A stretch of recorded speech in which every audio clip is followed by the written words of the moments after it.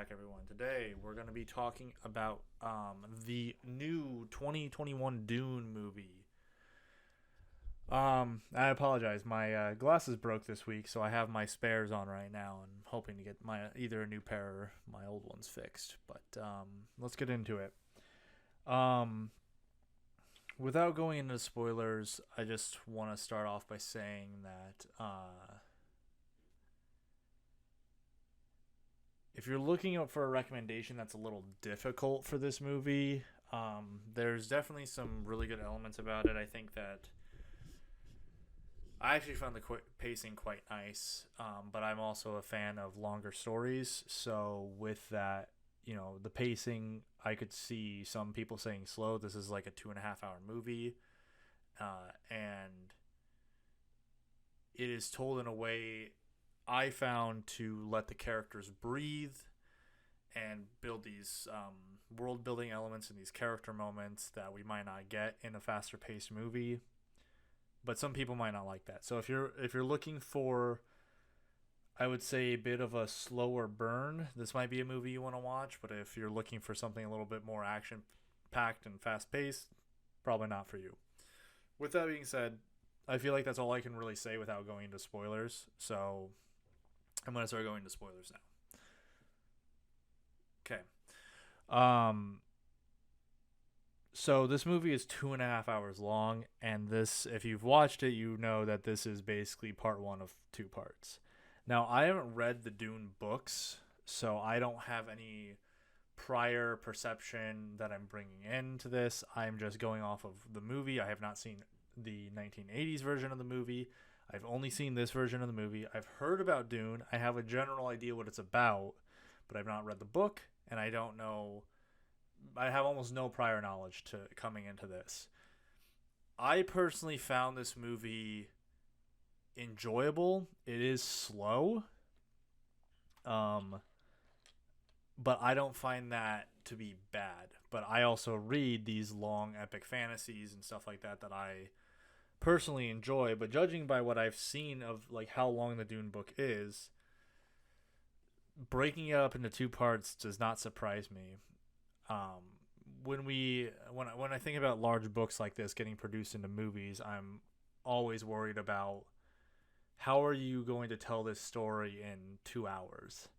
How are you going to cut down? And a lot of times I feel like with book movies, we get cut down to just going from plot point to plot point to plot point, and we skip any character moments or anything like that would slow down the pace. That it's fine to put into a book, but maybe not as fine to put into a movie.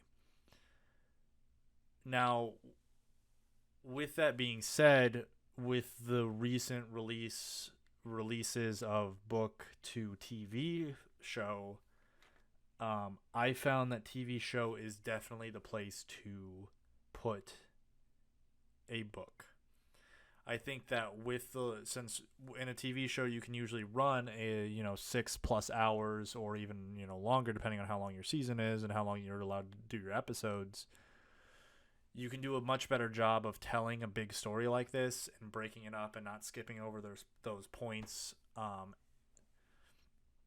And you can give the story time to breathe that you just cannot do in a movie because of the pace.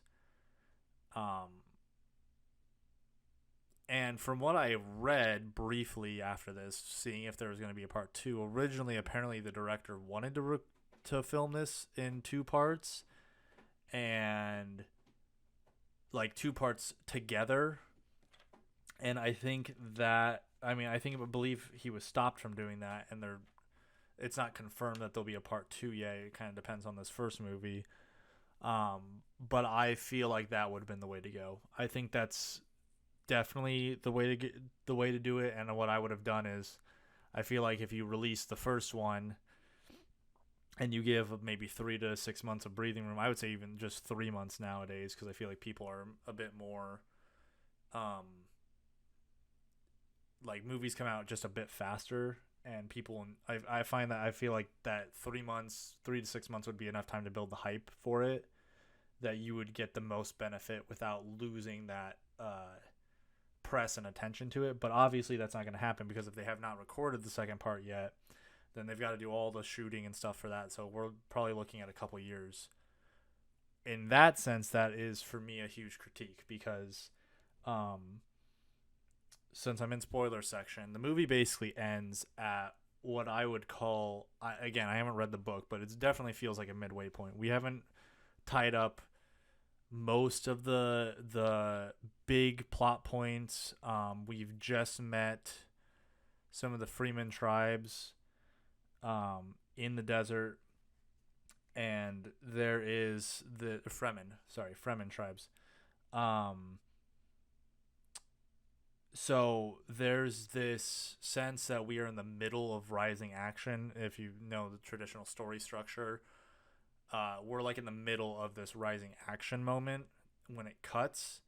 Like we get a little bit of resolution, but there's definitely like this sense of building up, building up, building up, and then we're cut at the end, which honestly I was expecting, and I think it's kind of a bold choice because you're basically banking on people being patient, which I find that people usually don't want to be patient, and I'm sure that's going to be a huge critique for this is that this is frankly not a complete story. It's not a complete movie. It is a half of a movie. Um,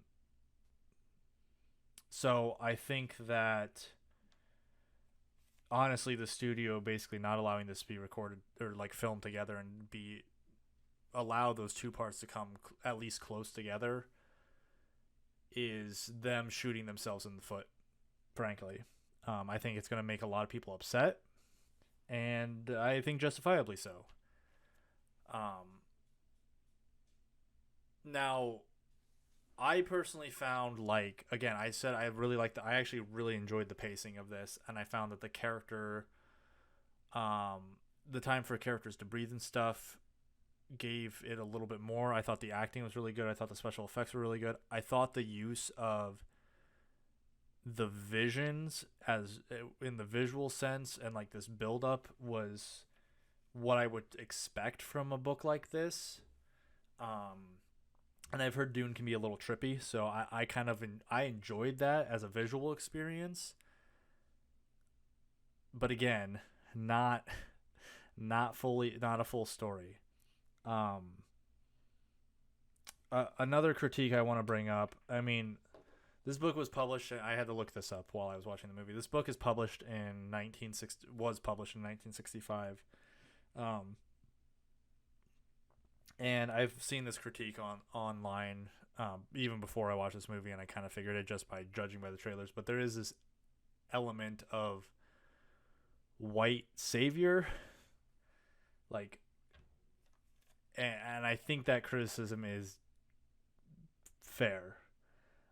This is definitely an older story, but there's really heavily this Christian Messiah, like white savior figure coming in from the outside to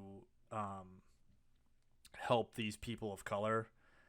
I think that's a pretty fair criticism of the movie, and I think if that upsets you, that's totally understandable. Um, I am, I am white male, so I don't think I can speak for those people, but I could understand and empathize with that. Um, because it's unfortunately true.